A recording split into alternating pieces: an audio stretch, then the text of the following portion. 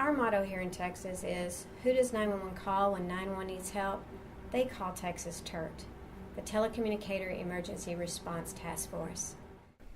I would say the person that makes the best TERT member would be somebody who's patient and understanding, compassionate. Being a TERT member it was probably the most rewarding experience that I've had in my 5+ years of public safety. Texas became a part of the National Joint TERT Initiative after Hurricanes Katrina and Rita affected our coastline and Louisiana in 2005. In 2006, we were totally on board and brought a formal process to the state of Texas. When we were deployed to Isaac, I think the best bonding experience for us was the actual drive there, because it was 10 hours in a vehicle with complete strangers. And so on the way there, we sat down and tried to get to know one another a little better. In 2008, we'd already brought training to the state of Texas for the basic TERT awareness for telecommunicators and a team leader course. So when Ike struck our coastline, we were able and ready to deploy and help the affected agencies and the telecommunicators who had lost their homes or displaced family members and give them the support and rest that they needed. We deployed 13 teams. First, when we were deployed, we were put kind of on standby. We had to wait about 22 hours before we were told to go ahead and go. And that was a lot of, should I sleep, should I not sleep? Drove about 10 hours to the affected location, but upon arrival, we had relieved people who had been working about 30, some maybe even 40 hours straight.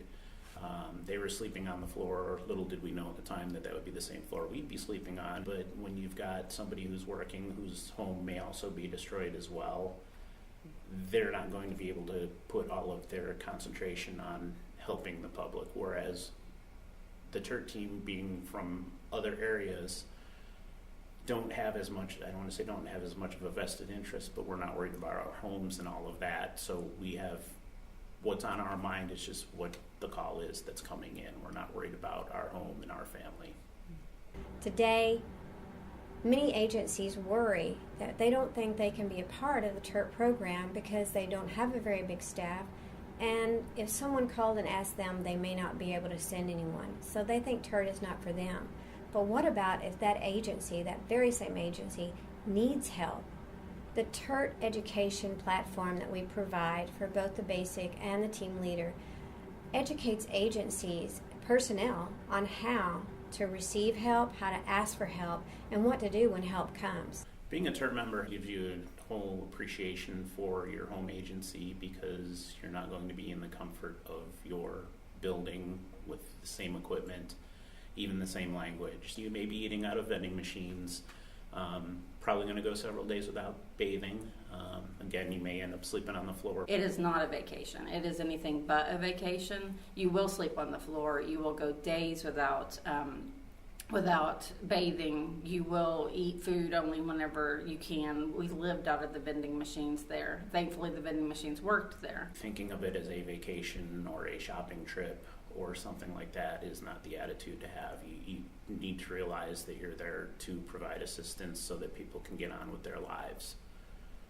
I would say our biggest team effort that was portrayed would be when we first got there. We were kind of shown a little bit about what to do, but we didn't know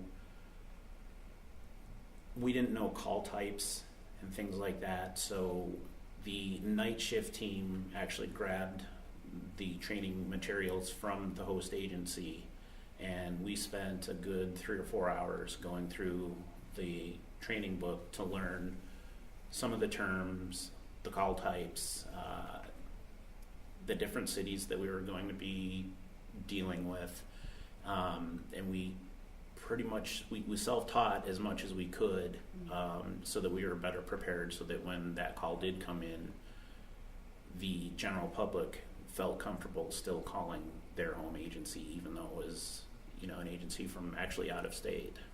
I think every agency should have a TERT book on hand, where if we come in tomorrow, what do we need to know about your agency? How do your units mark traffic? What are your call types?